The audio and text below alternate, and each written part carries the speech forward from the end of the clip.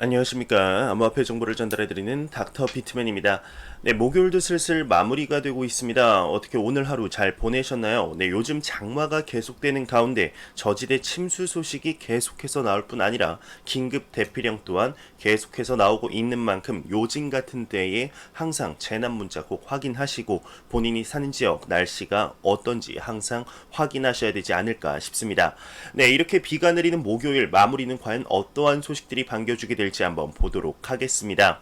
네, 어제 새벽부터 지속된 암호화폐 시장의 상승 기세가 꺾이지 않고 있습니다. 비트코인 같은 경우는 단기적으로 상승하며 지금 11,500달러를 회복을 했는데요. 네, 지금 현재 11,500달러를 넘은 11,700달러대에서 보합 흐름을 보이고 있는 가운데 수많은 애널리스트들이 지금 암호화폐 시장에 대해 언급을 하고 있는데요. 네, 월가의 대형 투자 은행 중 하나인 JP 모건의 투자 전략가의 경우도 비트코인에 대해 언급을 했습니다. 네, 과연 어떠한 언급을 했을까요? 한번 보도록 하겠습니다. JP모건 전략가 같은 경우는 나이 많은 투자자는 금, 젊은 투자자는 비트코인 매수다 언급을 했습니다. 블룸버그에 따르면 JP모건 전략가 니콜라스의 경우 나이가 많은 투자자들은 금을, 젊은 투자자는 비트코인을 매수하고 있다 언급을 했습니다. 네, 이어서 금과 비트코인의 동조화 현상이 심화되며 지난 5개월간 두 자산에 강한 자금 유입세가 나타났다 언급을 했는데요. 네, 한편 밀레니얼 세대는 주식, 특히 기술주를 매수하고 있는 반면 고령 투자자는 주식을 팔고 있다 이렇게 덧붙였다고 합니다. 네, 최근 들어서 이제 비트코인과 금과의 상관관계를 나타내는 애널리스트들이 계속해서 나오고 있는 것 같습니다. 특히 요즘 더 나오고 있죠. 금의 경우는 전통적인 안전 자산이죠. 전 세계의 경제가 안 좋을 때 본인들의 자산을 지키는 해지 수단의 역할을 톡톡히 하고 있는데 끝나지 않은 코로나 사태뿐 아니라 미국과 중국의 사실상 냉전 체제라고 볼 수 있을 정도의 긴장감 그리고 레바논의 폭발 사고 등등 전 세계적으로 안 좋은 소식들이 끊임없이 나오고 있죠. 참 안타까울 따름인데요. 이러한 글로벌 경제 상황 속 금의 역할을 현재 신흥 디지털 금이라고 할 수 있는 비트코인이 그 자리를 나누어 가지려고 하는 상황인데요. 특히 금의 경우 밀레니얼 세대, 즉 현재 20대 중후반에서 40대 초중반 아날로그와 디지털을 모두 겪은 세대에서의 구매가 증가하고 있는 상황입니다.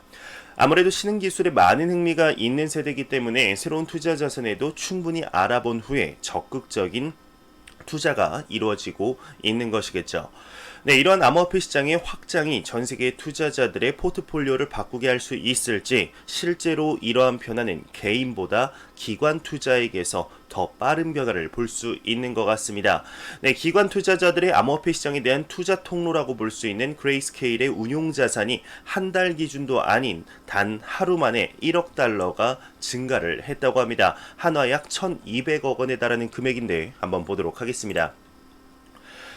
네, 그레이스케일의 운용 자산이 전일 대비 1억 달러 증가했다 헤드라인을 장식하고 있습니다. 암호화폐 투자 펀드 그레이스케일이 트위터를 통해서 8월 5일 기준 총 운용 자산 규모가 55억 달러를 넘어섰다 이렇게 밝혔습니다. 전날 대비 1억 달러 증가한 것인데요. 이러한 기관의 투자가 적극적으로 유입이 되어야겠죠. 얼마 전 미 통화금융청 OCC의 일반 은행의 디지털 화폐 커스터디 허용 소식으로 인해서 그동안 암호화폐 시장에 대한 투자를 주저하고 있던 기관들의 불안감도 조금은 해소가 된 만큼 조금 더 적극적인 투자 기대해 보도록 하겠습니다. 네, 최근 금과 이제 비트코인에 관한 소식이 끊임없이 나오고 있다 말씀을 드렸었는데 블룸버그 측에서는 지금 비트코인과 금의 비율에 관해서 언급을 했습니다. 어떠한 비율을 언급하고 있는 것인지 한번 보도록 하겠습니다. 네, 블룸버그 측은 비트코인 가격 금 6배 비율로 안정화가 됐다 1.8만 달러 상승 가능하다 언급을 했습니다. 네, 제목만 봤을 때는 무슨 말인지 살짝 이해가 덜 되는데 한번 자세히 보도록 하겠습니다.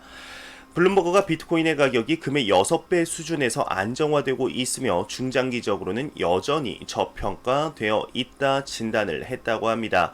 블룸버그는 8월 암호화폐 전망을 통해 비트코인과 금이 단기적으로 동조화된 흐름을 나타내며 고점에 안착했다며 제한된 공급과 낮은 성장률 측면에서 두 자산은 유사성을 띈다 진단을 했는데요. 미디어는 특히 이제 두 자산이 일정한 가격 비율, 즉 6배의 비율을 유지하며 상승한다고 가정할 때 금이 3,000달러까지 상승한다면 비트코인은 18,000달러까지 오를 수 있다 전망을 했습니다. 네, 이뿐 아니라 저평가에 대한 이유 또한 그레이스케일의 펀드 규모 확대를 꼽고 있는데요. 네, 밑에 그래프를 보시게 되면 왼쪽의 Y축이 비트코인 가격 기준 숫자이고 갈색 선이 비트코인의 가격 그래프입니다. 오른쪽의 Y축이 금의 가격 기준 숫자 그리고 파란색이 금의 가격 그래프인데요. 네, 봤을 때 움직임이 정말 비슷한 것 같습니다. 과연 어떻게 진행이 되게 될지 지켜봐야 할 것 같은데 이 정도의 분위기라면 충분히 더욱 높게 상승 기대해 볼 만하지 않을까 싶네요.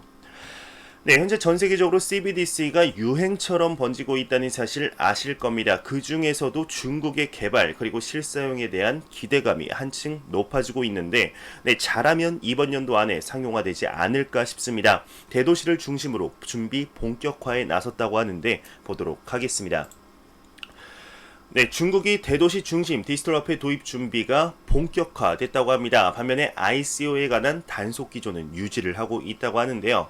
네, 중국 선전 등 금융 대도시를 중심으로 디지털 화폐 도입을 위한 사전 준비 작업이 본격화되고 있다. 이렇게 언급이 나왔습니다.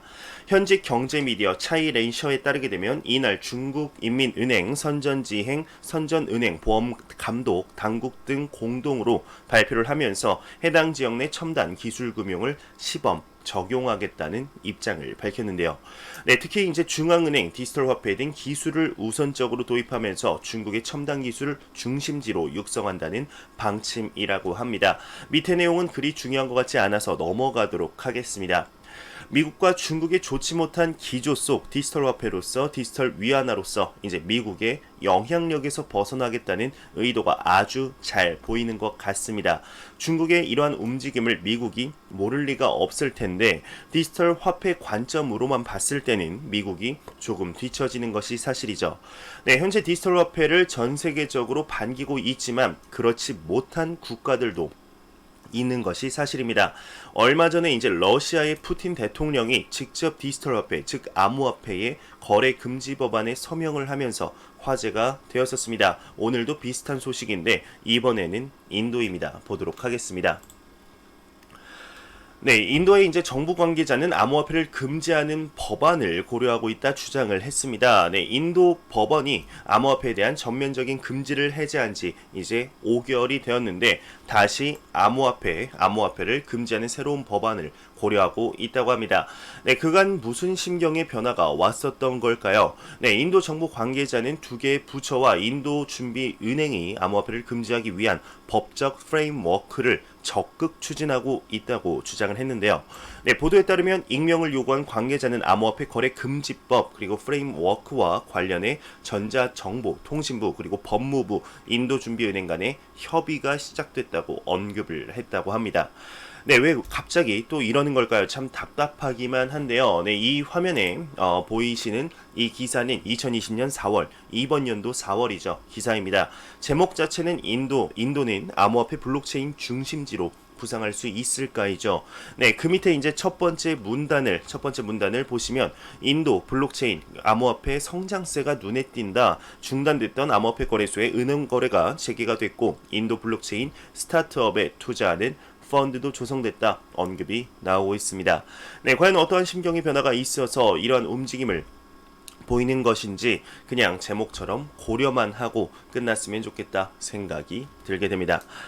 네, 매일같이 나오는 리플 XRP에 관한 소식이 오늘도 또한 나왔습니다. 제2의 리플의 메카라고 할 수 있는 일본에서 소식이 나왔는데 교토대학에서 리플의 발리데이터 관리 인원을 모집한다고 합니다. 네, 과연 발리데이터가 무엇인지 기사의 내용은 무엇인지 보도록 하겠습니다. 네, 교토대학 리플 XRP의 발리데이터 관리 인원 모집으로 제목이 시작되고 있죠. 네, 교토대의 경우는 XRP의 발리데이터 관리 및 데이터 관리를 할 기술 보조 직원을 모집하고 있는 것으로 알려졌습니다. 데이터 과학 및 네트워크 과학을 연구 테마로 취급하는 연구실이 한 명을 모집하고 있다고 하는데 기술에 관한 지식이나 영어 독해 능력을 모집 요강으로 들고 있네요. 네, 교토대의 경우는 지난 11월 일본 대학 최초로 암호화폐 XRP의 대장의 발리데이터를 이제 만들어서 운용해 왔었는데 지금 발리데이터라는 것은 이제 간단하게 비트코인의 채굴자에 해당한다 보시면 됩니다. 네, 그렇다고 뭐 XRP를 채굴한다는 뜻은 아니고 XRP 레저에서의 XRP의 유동성, 즉 트랜잭션이 실제하는 것인지 아닌지를 판단하는 역할을 한다 보시면 될 것 같은데요. 네, 참 일본에서 이제 XRP에 관한 소식들이 많이 나오고 있는 것 같습니다. 실제적인 XRP의 파트너십이라거나 이제 유동성의 증가에 관한 소식은 아니지만 XRP의 신뢰도를 더욱 업그레이드 시킬 수 있는 소식인 것 같아서 나쁘지 않은 것 같은데, 얼마 전 보여주었던 XRP의 상승 퍼포먼스를 다시 한번 보여주었으면 좋겠다 생각이 들게 되네요. 네, 안 보고 가면 섭섭하겠죠. 크립토 공포 탐욕 지수입니다. 지금 전날보다 3포인트 오른 75포인트를 기록하며 투자 심리가 소폭 개선이 되었습니다. 지금 탐욕 단계가 지속이 되고 있는데, 이 공포 탐욕 지수는 0이면 공포, 100이면 낙관을 의미하게 됩니다. 지금 8월도 거의 일주일이 지났습니다. 시간이 너무나 빠른 것 같은데 지나가는 시간을 잡고 싶을 정도로 굉장히 빠르게 가는 것 같습니다. 이렇게 빠르게 가는 만큼 암호화폐 시장의 반감기가 지난 지 지금 3개월 정도 지났죠. 상승세가 이어가고 있습니다. 계속해서 이어가서 새로운 신고점 달성하는 모습 두 눈으로 확인할 수 있으면 좋겠습니다. 이 공포탐욕 지수는 유동성 거래량 각각 25%, SNS 언급량 설문조사 15%, 비트코인의 시가총액이죠. 더미너스 그리고 구글 검색량 각각 10%씩을 기준으로 산출이 되게 됩니다. 네, 제가 준비한 소식은 여기까지입니다. 마지막으로 코인마켓캡에서 가격 보고 마무리하도록 하겠습니다. 네, 메이저 탑10 코인들 지금 전반적으로 굉장히 좋은 상황입니다. 지금 시가총액 1위의 비트코인 같은 경우가 4.7% 상승했습니다. 1389만원대, 1400만원대가 눈앞에 다가왔죠. 네, 이더리움 같은 경우도 2.97% 상승하며 47만 4천원대 굉장히 높게 상승했습니다. XRP의 경우도 지금 1.02% 상승하며 358원대, 당분간 테더에게 3위의 자리를 내줄 만한 이런 시가총액 차이는 아닌 것 같습니다. 네, 전반적으로 이러한 상승세를 보여주고 있네요. 네, 제가 준비한 소식은 여기까지입니다. 영상이 도움이 되셨다면 구독과 좋아요 그리고 광고 한 편만 처음부터 끝까지 시청해 주시기 바랍니다. 이 채널은 오직 광고 수익으로 운영이 되게 됩니다. 항상 영상 시청해 주시는 시청자분들, 구독자분들 너무나 감사합니다. 저는 다음 영상으로 찾아뵙도록 하겠습니다. 지금까지 닥터 비트맨이었습니다. 감사합니다.